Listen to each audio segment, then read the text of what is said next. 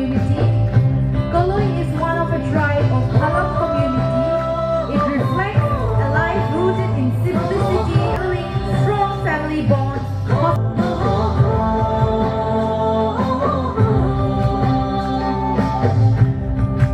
The man is wearing a traditionally wrapped dhoti, lower cloth, gamli bura shirt,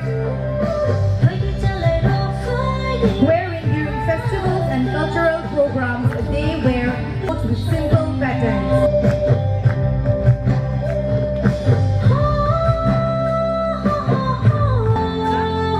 Kaloi attire,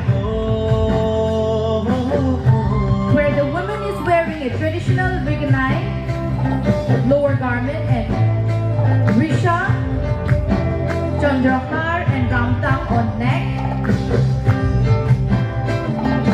The garments are usually hand-woven, featuring colors and traditional designs and patterns that represent community, identity, and heritage.